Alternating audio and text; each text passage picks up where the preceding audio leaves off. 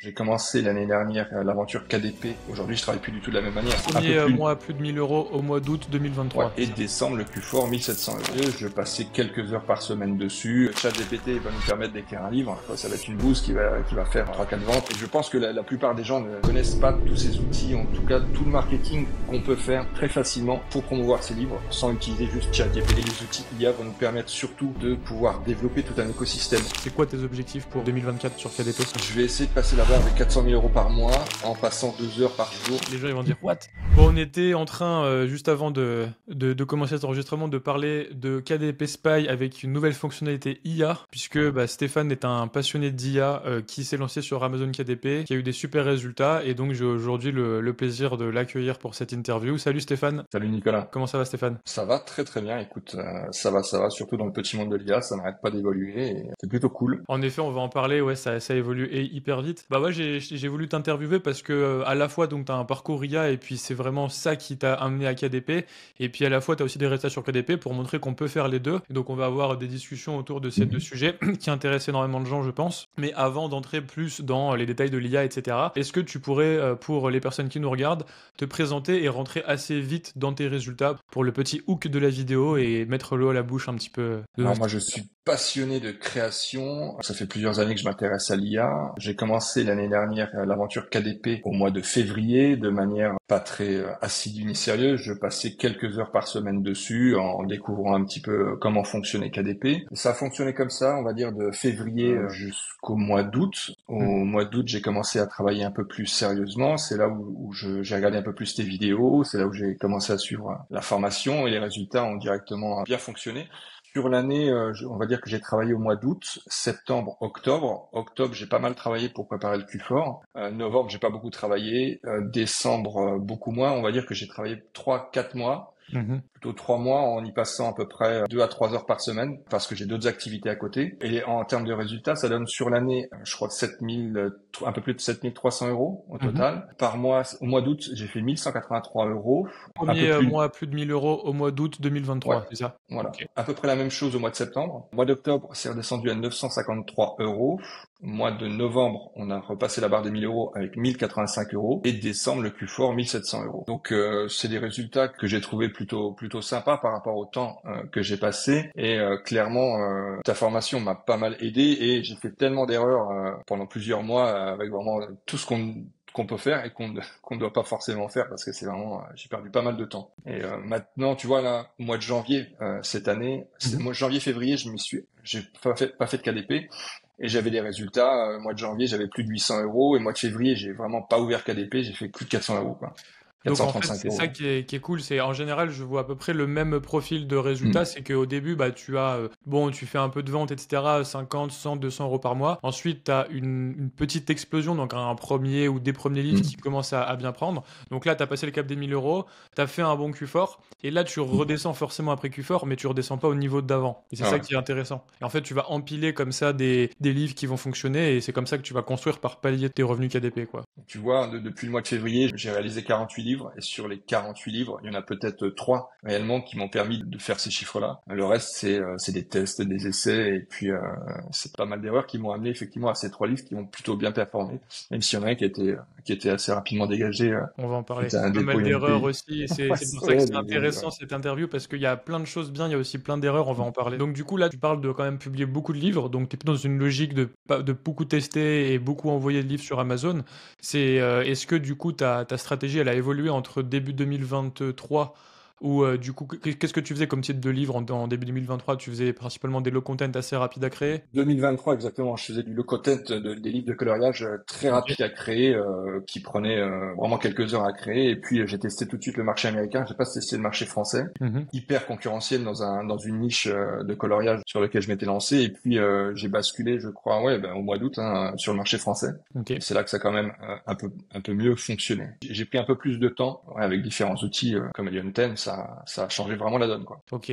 Et donc là, aujourd'hui, en 2023, tu es toujours dans une thématique de livres assez rapidement facile à créer avec l'IA, mais t'en crées moins quand même. Enfin, j'ai l'impression, tu vois, que tu te rends compte aussi que passer plus de temps sur ces livres et moins créer, au final, bah, ça t'apporte plus de résultats. Par exemple, là, tu me dis que t'avais tout ton résultat et était fait avec 3 livres sur les 42 que t'as publiés. Donc, la morale, voilà, l'IA, c'est bien, mais il faut aussi apprendre les bases et se poser et faire des best-sellers qui vont du coup créer ton vrai revenu KDP, quoi. Mais c'est exactement ça. C'est parmi les 48 livres que j'ai faits, il y a énormément de livres qui ont été faits très rapidement pour tester un petit peu les différentes possibilités de l'IA.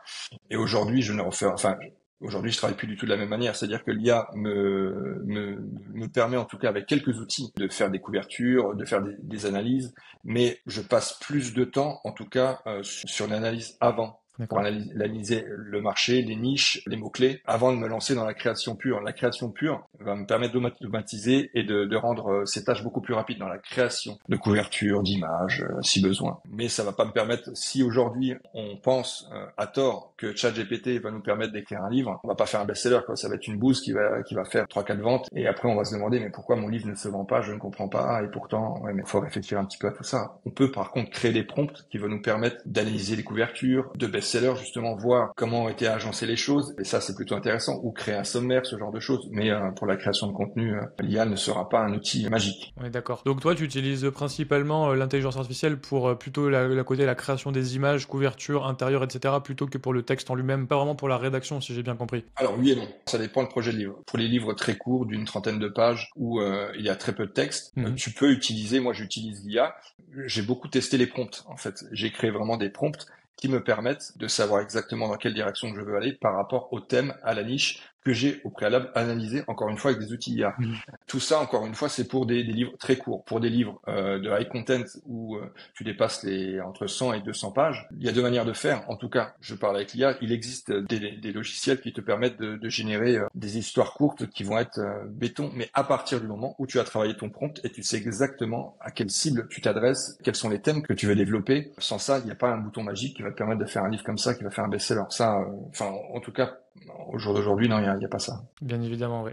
En fait, c'est ça, c'est que l'IA, de toute façon, ça te permet de systématiser un peu les choses et de gagner du temps une fois que tu as trouvé la structure et que tu as trouvé ce que tu allais faire. Après, ça enlève pas du tout le travail en amont d'expertise, d'analyse de ta niche, de ton avatar client, comment tu vas structurer ton livre par rapport à la personne que tu vises, etc. Enfin, ça, on est d'accord que c'est tout le temps les mêmes sujets qui reviennent. L'IA, c'est un outil. Alors, du coup, tu me parles d'IA, tu es venu à KDP avec ça, mais qu'est-ce que tu fais en dehors de KDP et comment tu as découvert KDP du coup, début 2023? Moi, je suis réalisateur. J'ai aussi une agence spécialisée dans la création IA. J'avais sorti un premier livre, Création Mid-Journée, c'était en 2022, où la mid-journée, ça ressemblait un peu à pas grand-chose. Et tout simplement, en regardant tes vidéos sur YouTube, j'ai découvert KDP, quoi, hein, et je m'y suis mis, mais très très doucement, vraiment en essayant de tester ce qu'il était possible de faire sur des créations avec les logiciels qu'il y avait donc il y a un an maintenant. Et j'ai vu que très rapidement, moi, c'était vraiment un plaisir, et c'est encore aujourd'hui un plaisir. Pour l'instant, c'est pas un business, c'est vraiment un side business et surtout un terrain de jeu, une création qui est fantastique. Après, il y a toute une analyse de données psychologiques aussi qui est hyper intéressante. Mais pour l'instant, moi, ça reste un terrain de jeu par rapport à l'IA, justement. Ok, ouais. Où je m'amuse beaucoup. Ton activité, donc, tu peux en parler un petit peu plus de ton activité de réalisation? Tu me diras. Ouais, pas de souci. Vas-y. Non, pas de souci. Moi, je suis réalisateur de pubs et de documentaires. Ça fait 20 ans que je suis réalisateur, donc je travaille beaucoup sur l'image, les publicités, les documentaires. Donc ça a été pendant très longtemps des tournages classiques avec des équipes, une caméra et autres. Et depuis 2 ans maintenant, là ça va faire 2 ans, l'IA a pris le pas sur cette partie de réalisation, on va dire classique, avec une caméra et une équipe. Aujourd'hui, j'ai monté une agence où on crée réellement quasiment tout en IA et où on mêle IA et prise de vue réelle. Donc Okay. Ça c'est hyper intéressant. Et pourquoi je le relie à KDP? Parce que moi ça me permet de non pas créer des livres, mais d'affiner le marketing. Par exemple, il existe des logiciels que j'utilise de manière professionnelle qui me permettent de raconter une histoire. On en avait discuté, de raconter une histoire que tu peux offrir en bonus gratuit ou d'animer certains des personnages de tes livres, tout simplement de manière très rapide, pour du vertical sur TikTok ou en Reel sur Instagram. Et ça, c'est vraiment, encore une fois, moi je mêle le pro au perso et ça devient hyper intéressant parce que ça évolue tellement vite que pour, en tout cas, une utilisation marketing KDP, c'est hyper intéressant. Il y a un truc qui est hyper intéressant aussi avec ça. Donc là, tu parlais de format vertical, personnage, etc. animé. Je sais pas si tu as remarqué, mais en tout cas, avec la publicité, les coûts sont de plus en plus chers. C'est-à-dire que le coût par clic, quand tu fais de la publicité Amazon, est de plus en plus élevé. Et du coup, il y a pas pas mal de personnes qui ont des problèmes de marge, c'est-à-dire que, ok, KDP, bah, quand tu vends un livre à 3 euros, 4 euros, 5 euros, enfin, avec 5 euros de royalties, bah, c'est compliqué d'amortir ça.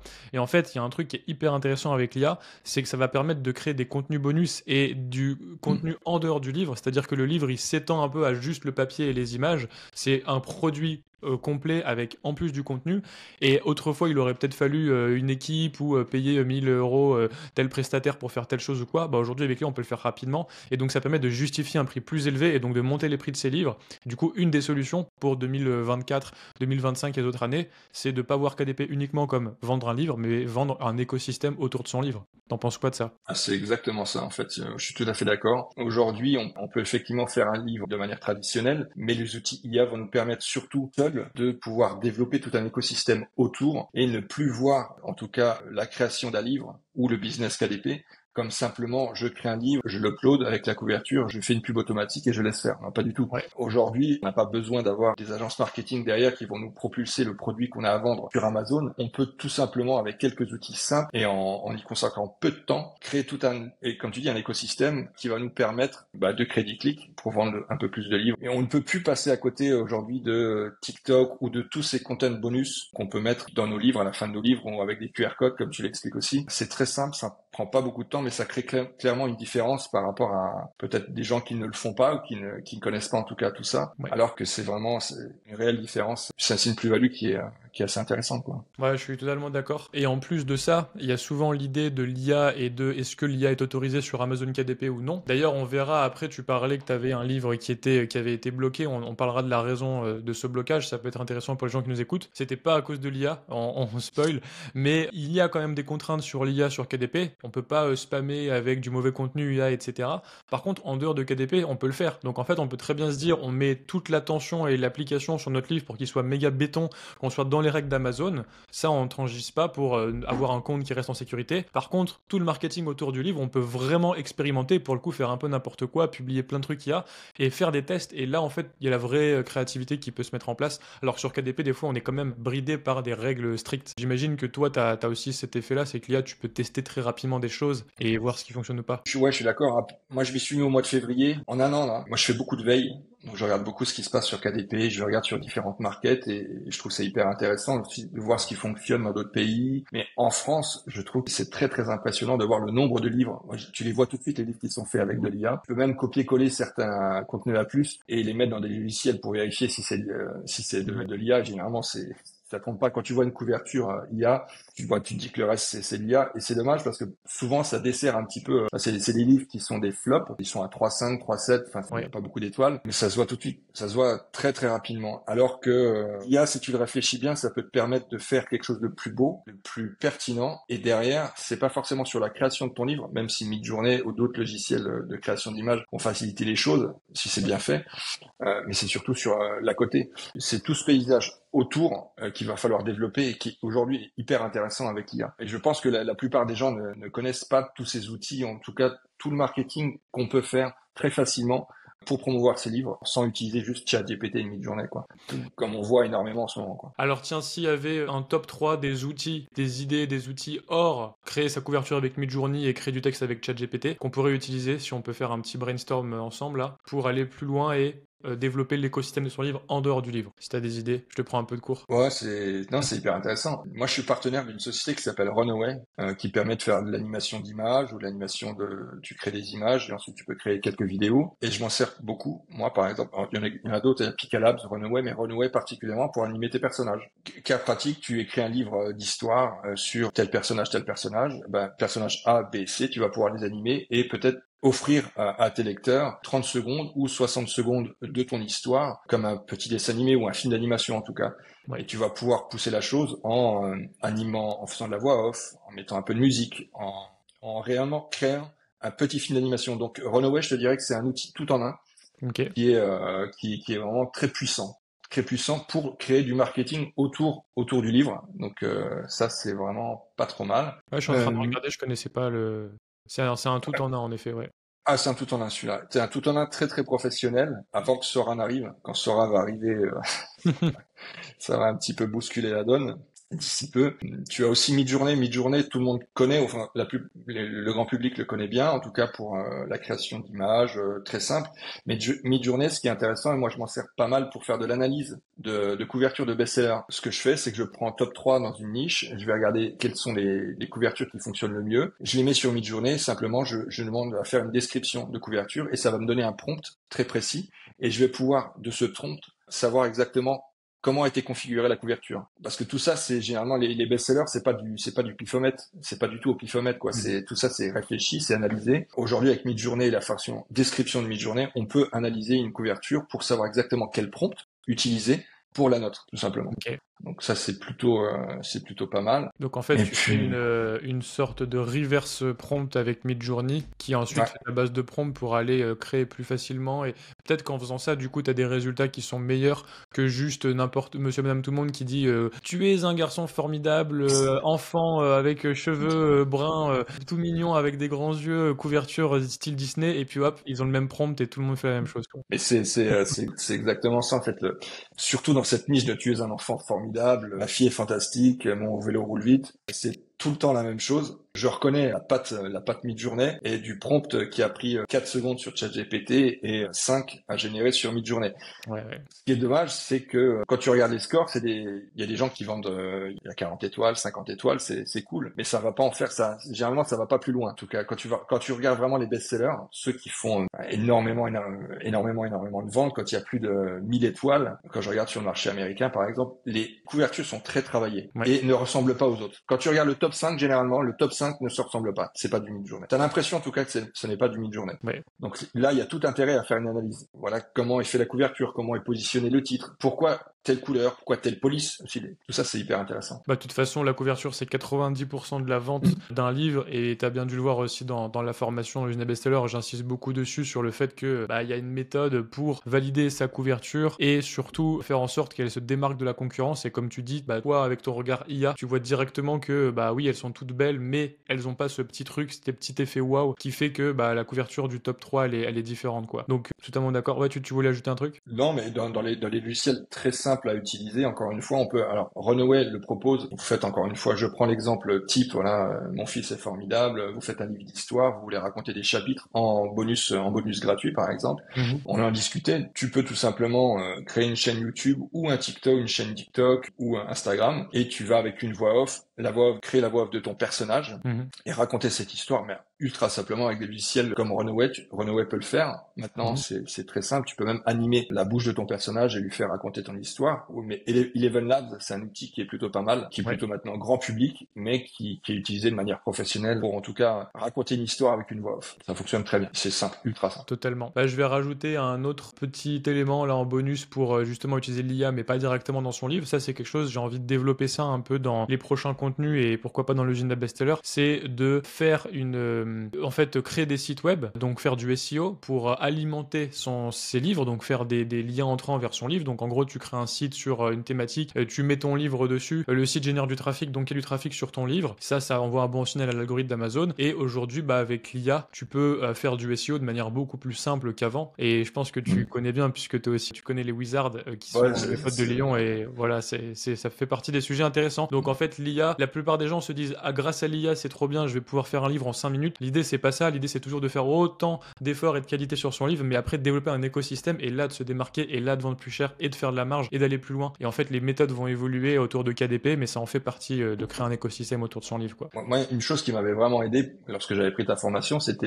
l'idée de disrupter. Lorsque tu racontes ça, c'est vraiment penser la chose un peu différemment et être réellement différent. Et avec l'IA, c'est ça. C'est faire les choses, penser l'IA comme un écosystème qui va nous permettre de faire les choses différemment. Ce que tu racontes avec le SEO, c'est exactement ça, quoi. C'est aujourd'hui l'IA et le SEO, c'est une manne pour les gens qui travaillent sur le SEO, c'est fantastique. Et dans les outils, j'avais oublié de parler de KDSpy. Ouais. KDSpy. On en parlait juste avant la vidéo. Justement, tu venais de voir ça juste avant qu'on commence à tourner. Ah ouais. En fait, c'est KDSpy Pro. C'est un petit logiciel que j'avais pris moi l'année dernière pour faire de l'analyse de niche avant de connaître Helium 10, qui vous sort quelques mots-clés qui permettent en tout cas d'avoir une analyse de niche assez rapidement pour voir la popularité et surtout la compétition du niche. Et ils ont sorti un petit add-on IA, mais hyper intéressant qui permet en tout cas rattaché à ChatGPT de faire une analyse de marché et de mots-clés mais très très précises, et c'est pas trop mal. Et du coup, c'est sur le marché US, c'est en anglais ou ça marche aussi en France? Parce que je pense que... Ça marche en France. Hein. Ok, ouais. Ça fonctionne. Ouais, ça fonctionne en France. Donc l'interface est en anglais. Ça marche sur le marché français et c'est un logiciel qui est pas très cher. Vraiment, je crois que c'est 90 € à l'année.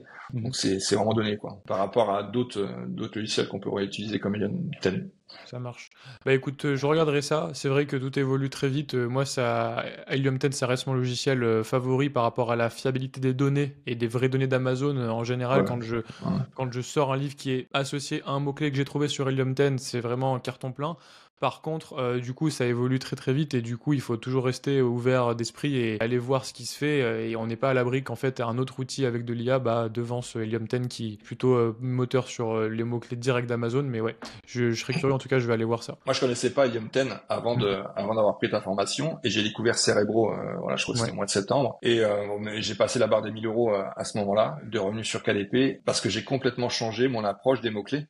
Ouais. Clairement, j'ai commencé par les mots-clés, comme tu l'expliques, et avec Helium 10, ça a vraiment changé la donne. Ça. Et c'est tellement simple, en fait, de prendre la SIN, de le mettre dans Helium 10, d'analyser un petit peu tout ça. Et ouais, lorsqu'on crée, en tout cas, sa page de bouquin, avant, j'y allais un petit peu au pipomètre quand même. Ouais. Ça fait une vraie différence, surtout, en fait, quand toi, tu as un profil IA à pouvoir beaucoup créer, etc. Moi, ce que je vois des personnes qui font de l'IA, qui est un problème sur KDP, c'est qu'elles vont aller un peu de partout parce que, comme c'est rapide, tu peux te dire, je vais faire ça, la semaine prochaine, je fais ça. Et en fait, t'en oublies justement de vraiment passer du temps à valider en amont les données. Et donc, du coup, c'est ce qui a changé aussi pour toi. D'ailleurs, maintenant que tu as tout ça donc, dans ton bagage, donc l'IA plus de nouvelles compétences, plus des livres qui ont commencé à fonctionner et tu vois l'avant-après, c'est quoi tes objectifs pour 2024 pardon, sur KDP? Je vais essayer de passer la barre des 400 000 € par mois en passant 2 heures par jour. Non, plus sérieusement, Ce sera bien pour l'intro, là, pour le teaser. Je vais le mettre dans le teaser, ça. Je vais passer la barre des 400 000 €. Boom, teaser. Et les gens, ils vont dire, what? Nickel. Non.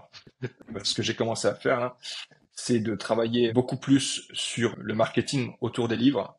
Prendre plus de temps pour la création de livres, faire des livres qui sont un peu plus high content, low content et middle, en faire un peu moins, mais les faire bien mieux, bien construits, mais pas forcément uniquement sur l'écriture, mais sur tout ce qui va autour. Passer beaucoup plus de temps sur le marketing. Je passe très très peu de temps sur le marketing. J'utilise encore une fois les outils IA. Je vois qu'aujourd'hui, je pense qu'on peut faire clairement une grosse différence avec un marketing hyper ciblé et pointu sur différentes plateformes avec l'IA. Puis voir ce que ça donne, voir si ça s'envole à un moment donné ou pas, quoi. Ouais, je pense que tu es sur la bonne voie parce qu'en fait, c'est le cheminement classique que je vois à chaque fois, c'est une prise de conscience du fait de prendre son temps, de se focaliser sur moins de livres, de créer plus de contenu, de passer plus de temps. Et en fait, ça peut venir forcément avec la confiance que tu as dans le business que ça a marché. C'est-à-dire qu'au début, tu te dis, ok, peut-être on verra, je teste. Et puis là, ça mord. Là, tu as des résultats qui sont significatifs dans le sens où ça te permet, ça va pas remplacer ton salaire, mais par contre, c'est quand même quelque chose. Tu vois qu'il y a des résultats. Donc, tu peux t'investir plus dedans et après, tu vas passer plus de temps par livre et ça va forcément s'améliorer. Toujours comme ça.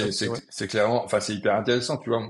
Les 3-4 derniers mois, en tout cas, en fin d'année dernière, j'ai passé vraiment très, très peu de temps et je regardais des fois mes comptes KDP, je voyais, 1000, 1002, là, au mois de décembre, 1007, c'est quand même intéressant. Et je vois à travers ta formation et les témoignages de certaines personnes qui font des résultats, les tiens, par exemple, qui sont juste astronomiques. Bon, c'est pas encore mes 400 000 € par mois, mais c'est pas mal. En effet, peut-être qu'un jour, 400 000 € par mois sur KDP, ça serait beau. Et oui, pour terminer cette interview, Stéphane, tu nous as parlé d'un livre qui s'était fait bloquer. Est-ce que tu peux nous expliquer juste la raison générale pour éviter que ça se reproduise pour des personnes qui nous écoutent? Ouais, c'était au mois de... en particulier, bien sûr. Je regardais tes vidéos au mois d'octobre et tu donnais à un moment donné un tips sur une niche qui était hyper intéressante. Donc j'ai été creuser un petit peu tout ça et j'ai vu effectivement qu'avec les mots-clés, tout ça, ça fonctionnait plutôt pas trop mal. Et là, j'ai fait la big erreur du débutant, c'est que j'ai pas été vérifié sur l'INPI si les termes avaient été déposés. Donc ça, c'est un livre que j'ai fait, c'était au mois d'octobre, ce qui m'a permis de faire mes résultats de fin d'année qui étaient plutôt pas trop mauvais. Ça fait pas mal de ventes et c'était à tout début février, j'ai reçu un petit email de KDP me disant que ce livre avait été bloqué, que le terme était déjà utilisé et qu'il fallait dédommager les personnes qui avaient déposé ces termes utilisés. Là, je fais ouais, d'accord. Enfin, j'étais à milieu d'imaginer que ces termes-là précisément avaient été déposés à l'INPI. Donc maintenant, très clairement, l'INPI, c'est dès que je commence à travailler sur KDP, j'ai l'INPI juste à côté pour tout vérifier, ne pas avoir de soucis. Donc pour les personnes qui nous écoutent, sans révéler la thématique en question, en fait, ce livre a fonctionné non pas avec ce terme ou quoi, c'est pas genre Harry Potter et t'as eu plein de trafic sur Harry Potter et donc mais voilà. pas du tout. C'est Non, vraiment un terme ultra niché et quasiment inconnu, Ah ouais. mais qui a été du coup déposé. Et donc bah toi, tu t'es mis sur cette thématique sans faire exprès, t'as utilisé ce terme et tu t'es fait avoir. Donc vraiment, ça peut vraiment arriver à tout le monde. Donc utilisez l'INPI à chaque fois systématiquement. Allez regarder la vidéo que j'ai faite sur la clôture de compte et comment éviter. Il y a aussi 12 erreurs dont je parle dans cette vidéo, dont le dépôt à l'INPI. Et c'est vraiment hyper important parce que vous voyez, même dans des petites thématiques comme ça, on peut se faire avoir parce que des fois un mot est déposé. Je me rappelle, il y avait eu une vague en 2022, donc grand-mère raconte-moi. Il y avait plein de gens qui avaient cette niche marchait bien. Alors il y avait des gens qui faisaient grand-mère raconte-moi, mamie raconte-moi, raconte-toi ton histoire, toutes les variations. Et puis il y avait une des variations parmi toutes qui était déposée et une personne a fait clôturer tous les livres de tout le monde et il y a eu pas mal de drames KDP à cette période. Donc faites gaffe et ayez toujours l'INPI à côté de vous quoi. Mais ouais, vraiment, comme tu disais, moi je sais pas du tout, je me suis fait avoir non pas sur un terme Nintendo, Harry Potter, enfin Bien sûr. Je précise parce qu'on a pas mal de gens, ils envoient des mails, ils font je me suis fait clôturer et puis ils ont fait coloriage Harry Potter ou machin. Tu vois, tu dis bon, tu l'as un peu cherché. Là, c'était vraiment. Quand tu fais un livre qui s'appelle coloriage Harry Potter, tu mérites peut-être de te faire clôturer le compte à un moment donné. En effet, ouais, je suis d'accord. Mais non, c'était vraiment des termes assez génériques, assez peu employés, on va dire, et je me suis fait avoir, voilà, bêtement. Ouais. Et c'est dommage parce que les ventes il y a plus de ventes. En effet. Mais c'est ça, en tout cas, moi je le vois plutôt comme une leçon. Très clairement, maintenant je fais vraiment très attention et voilà. Et vérifier aussi quand l'IA du coup vous sort du contenu, de vérifier le contenu IA pour justement pas tomber dans ce piège-là, puisque des fois l'IA elle peut aussi utiliser des mots qui peuvent être déposés ou autres. Enfin, il peut y avoir des histoires de plagiat et tout ça. Donc on connaît des logiciels pour vérifier le contenu IA, vérifier si c'est du plagiat, etc. Utiliser tout ça aujourd'hui en 2024 avec tous les outils qu'on a. Il faut vérifier le contenu, il faut vérifier la qualité, il faut vérifier l'INPI, il faut vérifier le plagiat, il faut vérifier l'IA, etc. Parce que sinon on avance à l'aveugle et on peut se faire avoir bêtement. C'est intéressant que lorsque tu déposes ton livre sur KDP, il y a toute la partie, il y a maintenant une nouvelle partie IA, donc on demande de cocher est-ce que vous avez utilisé des images, du texte, et est-ce que vous avez utilisé toute ou une partie, ou est-ce que vous avez fait de nombreuses modifications. Et moi c'est ce que je conseillerais en tout cas, c'est d'utiliser l'IA, mais de faire des modifications, de réutiliser en tout cas ce qui a été créé et de le mettre à notre sauce, ou en tout cas de ne pas faire du copier-coller simple de ChatGPT, là c'est ou d'une vieille couverture mid-journée, je suis fier de mon chien, ou Harry Potter. Là, c'est foutu, quoi. Clairement, on mérite de se faire clôturer le compte, quoi. Je suis d'accord. Donc, je pense qu'on a fait pas mal de tours de plein de sujets hyper intéressants sur l'IA, surtout sur l'écosystème livre et tout. Je pense que ça intéressera beaucoup de personnes. Écoute, Stéphane, moi, je te remercie pour ton interview. Je te laisse peut-être le mot de la fin si tu veux encourager les personnes qui nous écoutent. Et puis voilà, le petit mot de la fin, Stéphane. Moi, je vous dirais, restez curieux. Essayez d'être en veille, de voir un petit peu ce qui se fait dans d'autres markets aussi. Essayer d'être créatif. Pour ma part, en tout cas, la formation de Nicolas m'a vraiment aidé et ça prend du temps, c'est un investissement, mais quand on voit des chiffres entre 1000, enfin pour moi entre 1000 et 2000 euros en y passant que quelques heures par semaine, ouais, c'est plutôt cool. Trop bien. Écoute, merci Stéphane, je te souhaite plein de réussite. J'ai hâte de voir ton évolution. On se dit à bientôt pour éventuellement une autre vidéo quand tu feras tes 400 000 euros par mois. Ou 500, on ne sait jamais. On ne sait jamais. Allez, bye bye Stéphane. Avec les CEO. Salut Nicolas, merci, ciao.